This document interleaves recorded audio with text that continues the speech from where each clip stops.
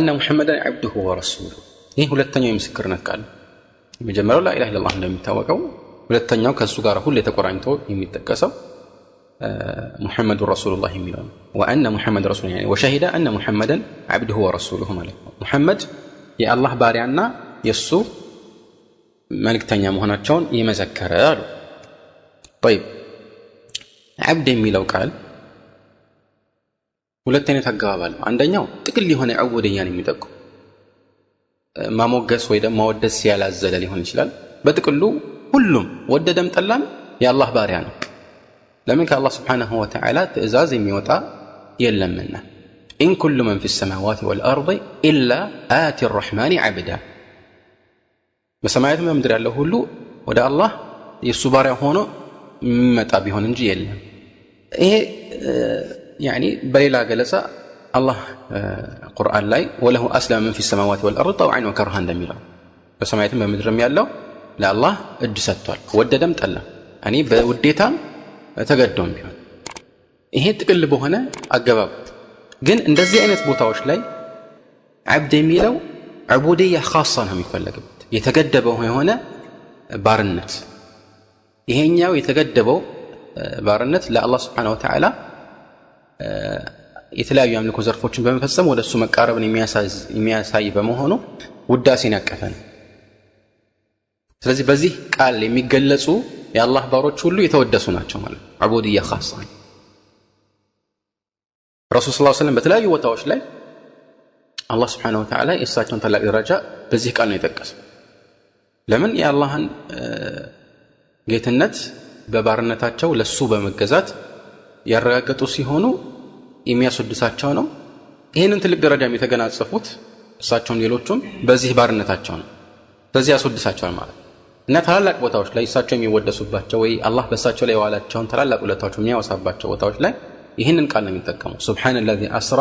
ቢዐብዲሂ ليلا من المسجد الحرام الحمد لله الذي أنزل على عبده الكتاب تبارك الذي نزل الفرقان على عبده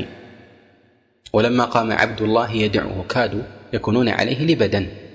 የመሳሰሉት ቦታዎች ላይ አላህ Subhanahu Wa Ta'ala በዚህ ቃል መልእክተኛውን ገልጿቸዋል ከሳቸው ውጭ ያሉ ነብያትንም እንደዚሁ واذكر عبدنا داود واذكر عبادنا إبراهيم وإسحاق ويعقوب የመሳሰሉትን ገለጻዎች በቁርአን ላይ ማስተዋል ይቻላል ማለት ነው ورسوله የሚለው ደግሞ መልእክተኛ መሆናቸውን የሚጠቁም ነው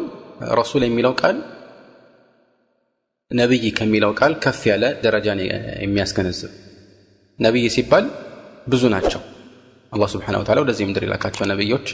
ብዙ ናቸው ረሱል የሚባሉት ግን ከነሱ መካከል የተወሰኑት ናቸው ከነብያት መካከል የተወሰኑት ከዚያ ከፍ ያለ ማዕረግ አላቸው ማለት ነው ግን ልዩነቱ ምንድነው ዑለማዎች በጣም ሰፊ የሆኑ ውዝግቦች አሏቸው እዛ ውስጥ አንገባ ለማንኛውም ግን ልዩነት እንዳለው የሚጠቁም ነገር አለ ቁርአን ላይ አላህ Subhanahu Wa Ta'ala في سورة الحج وما أرسلنا من قبلك من رسول ولا نبي إلا إذا تمنى يعني قرأ ማለት من رسول ولا نبي أصله እንዲህ የሆነ عطف የሚጠቁመው ልዩነት እንዳላቸው ነው ልዩነት አላቸው ማለት አይገናኙ ማለት አይደለም ሁሉም ረሱል ነብይ ነው ችግር የለም ይሄ ጥርጥር ያለው ርዕስ አይደለም ግን እንደ ማዕረግ ስናየው ከነብይነት ከፍ ያለ ነገር ነው እነዚህ ሁለት ቃላት ወአነ ሙሐመድን عبده ورسوله የሚለው ቁም ነገርን ያስጨብጣሉ እሱም ረሱል ሰለላሁ ዐለይሂ ወሰለም ደረጃቸው عبد ናቸው የፈለገ ትልቅ ደረጃ ላይ ቢሆኑም ከዚህ የወጡ አይደሉም የአላህ عبد ናቸው የአላህ ባሪያ እሱን የሚገዙ ናቸው ግን እንደዛ ሲባል ደግሞ እንደኛ እንደተራዎቹ አይደሉም ደረጃቸው ይላቀ አላህ ዘንድ ያላቸው ቀረቤታ ከፍ ያለ ነው ስለዚህ ረሱል ናቸው እና የመጀመሪያው ገለጻ عبد የሚለው የሳቸውን ደረጃ ከመጠን ባለፈ መልኩ ከፍ የሚያደርጉትን የሚያርም ሲሆን ረሱል የሚለው ደግሞ ገለጻ አንዳንዶች የሳቸውን ነብይነት በመካድ ወይም ከዛም በተለየ መልኩ ክብራቸውን የሚያጎድፉትን ወይም ዝቅ የሚያደርጉትን ሁሉ የሚያርም ቃል ነው ማለት ነው ስለዚህ عبد لا يعبد ورسول لا يكذب عبد ናቸው አይመለኩም ደረጃቸው ከዚያ ያለፈ አይደለም ምንም ቢሆን ግን ረሱል ናቸው እንደ ተራሰውም አይደሉም ወህይ የሚያወርድላቸው እንዲያውም ከዛ ባለፈ መልኩ አላህ ለዓለም መመራት ምክንያት ያደረጋቸው وما أرسلناك إلا رحمة للعالمين የዓለም እዝነት ነው ያደረጋቸው እንደሳቸው ያለ ፍጡር የለም አላህ ዘንድ ያላቸውም ከበሬታ ሰዎችም ዘንድ ያላቸው የመሳሰሉት ነገሮች ሁሉ ከማንም ጋር አይስተካከልም። ማንም እሳቸው ላይ አይደርስም። አላህ አስለን ነብይ አድርገው በዚህ መልኩ ትልቅ ማዕረግን ሰጥቶ ሲሾማቸው አስቀድሞ መርጧቸው ነው። በምርጫ ነው።